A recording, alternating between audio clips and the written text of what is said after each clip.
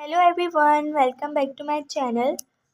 आज की इस वीडियो में हम अपना नेक्स्ट टॉपिक पढ़ेंगे जो कि है प्रोसेस ऑफ ब्रीथिंग। कि ब्रीथिंग का क्या प्रोसेस होता है। हम सांस के ज़रिए से लेते हैं, सिंपली आप इसको कह सकते हैं सांस लेने का अमल।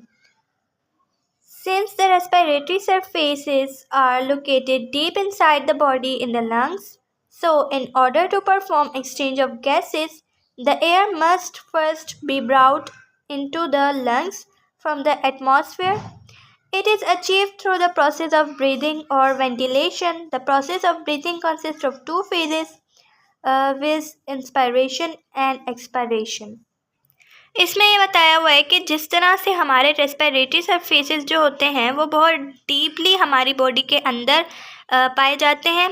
तो गैसेस का एक्सचेंज करने के लिए हवा जो है उसको सबसे पहले लंग्स तक जाना होता है एटमॉस्फेयर में से।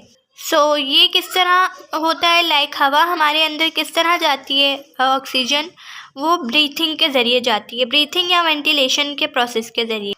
और जो ब्रीथिंग का प्रोसेस होता है वो दो चीज़ों पर डिपेंड करता है, एक होती है इंस्पायरेशन और दूसरी होती है एक्सपायरेशन। इंस्पायरेशन क्या होती है? It is the process through which atmospheric air is directed through the air passageways up to the alveoli in the lungs. It involves contraction of intercostal muscles and diaphragm. As a result, the volume of thorax chest is increased, thereby decreasing the pressure of air in lungs. So the external air rushes inside from high pressure to low pressure. The lungs get expand in this way. ये एक ऐसा process होता है जिसके ज़रिए atmospheric air जो होती है वो हमारी एयर पासेज के वेज यानी कि आप कह लें नॉस्ट्रल्स, नेज़ल सैक्स वगैरह से एंटर होती है। ठीक है, तो एल्वेलाई में जाती है जो कि हमारे लंग्स में होते हैं और इसकी वजह से जो है वो इंटरकोस्टल मसल्स और डायफ्राम में कॉन्ट्रैक्शन भी होती है। मतलब कॉन्ट्रैक्शन, इंटरकोस्टल मसल्स की कॉन्ट्रैक्शन और डायफ्राम की कॉन्ट्रैक्शन जो होती है वो इन्वॉल्व होती है इसमें इंस्पायरेशन में। ठीक है, फिर एज ए रिज़ल्ट क्या होता है, जो वॉल्यूम ऑफ थोरैक्स होता है यानी कि जो हमारी चेस्ट का वॉल्यूम होता है वो बढ़ जाता है, decreasing the pressure of air in lungs. ताकि वो जो है एयर का जो प्रेशर होता है हमारे लंग्स में उसको कम कर रहा होता है। तो जो बाहर की हवा होती है वो हमारे अंदर एक हाई प्रेशर से लो प्रेशर तक पहुंच जाती है और जो लंग्स हैं वो और ज़्यादा एक्सपेंड हो जाते हैं, थोड़े चौड़े हो जाते हैं इस वे में। इस पूरे प्रोसेस को, इस पूरे वे को हम कहते हैं इंस्पायरेशन। नंबर 2 पे आती है expiration. It is just reverse of inspiration. During this process, the air moves out from the lungs. Both intercostal muscles and diaphragm are relaxed. This moves the ribs inside and diaphragm becomes flat. Both the activities depress the chest inside. The volume of thoracic cavity is decreased, causing an increase upon the pressure on lungs. This forces the air present in lungs to outside through the body. अब इसमें क्या होता है कि ये बिल्कुल reverse है inspiration का। इसमें जो एयर होती है, एयर के मूविंग का जो प्रोसेस होता है वो लंग्स से बाहर हो जाता है। लाइक इंस्पायरेशन में एयर अंदर जा रही थी लंग्स के, तो अब एक्सपायरेशन में बाहर आएगी और दोनों इंटरकोस्टल मसल्स और डायफ्राम जो है वो रिलैक्स्ड हो जाते हैं।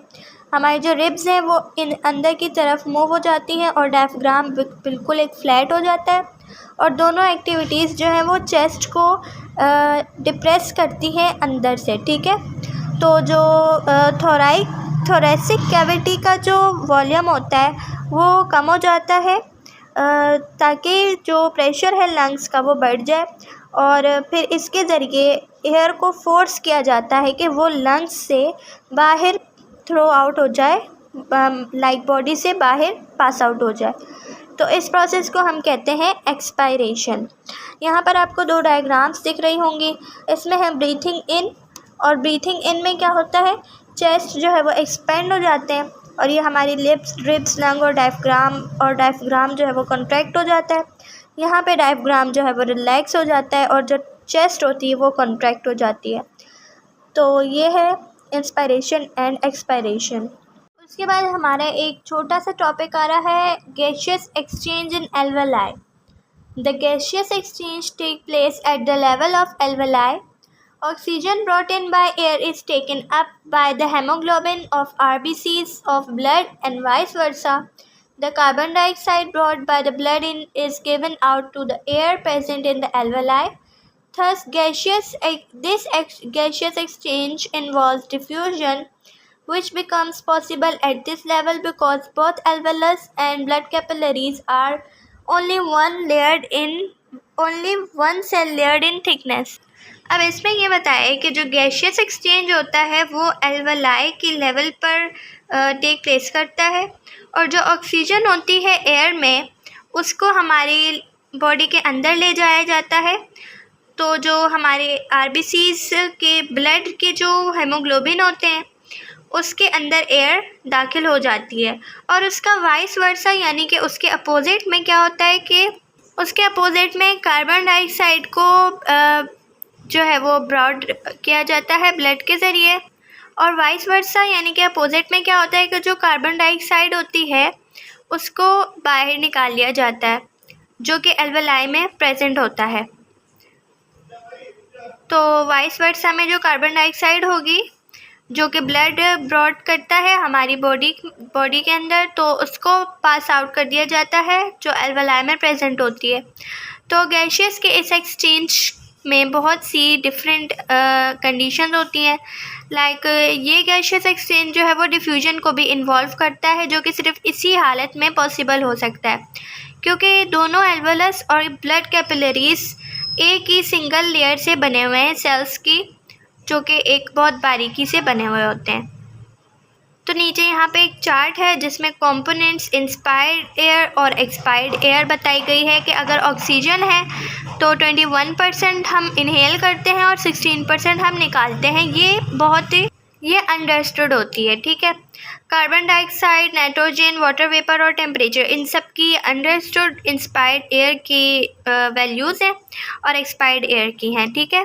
उसके बाद यहाँ पे एक एग्जांपल है कि ब्लोइंग एक्सेल्ड एयर और सिरिंज, यानी कि एक लाइम वाटर में जब आप अपने माउथ की एयर ब्लो करते हैं, उसके अंदर अपने माउथ की एयर जब आपकी लाइम वाटर में जाएगी तो उसमें क्या चेंजेस आएंगे, और सिरिंज से जब आप कार्बन डाइऑक्साइड को एक्सेल करेंगे तब क्या चेंजेस आएंगे। तो यहाँ पर एक्सप्लेनेशन दी गई है कि अगर कार्बन डाइऑक्साइड को लाइम वाटर में से पास किया जाए तो वो मिल्की हो जाएगी, उसका कलर चेंज हो जाएगा। लेकिन क्या होगा कि जब सिरिंज के ज़रिए कार्बन डाइऑक्साइड को लाइम वाटर में डाला जाएगा तो उसमें कोई चेंज नहीं आएगा, और ये इस डायग्राम में आपको क्लियरली नज़र आ रहा है। स्टूडेंट्स, ये था आज का हमारा टॉपिक। आई होप कि आपको समझ में आया होगा, और अगर आपको कुछ समझ में ना आया हो तो आप कमेंट्स करके पूछ सकते हैं। इसके अलावा मैंने अपने डिस्क्रिप्शन में व्हाट्सएप ग्रुप का लिंक भी डाल दिया है जिसमें बोर्ड के हवाले से इंपॉर्टेंट क्वेश्चंस, नोट्स और बायोलॉजी के नोट्स वगैरह अवेलेबल है। सो मिलते हैं नेक्स्ट वीडियो में, तब तक के लिए अल्लाह हाफ़िज़।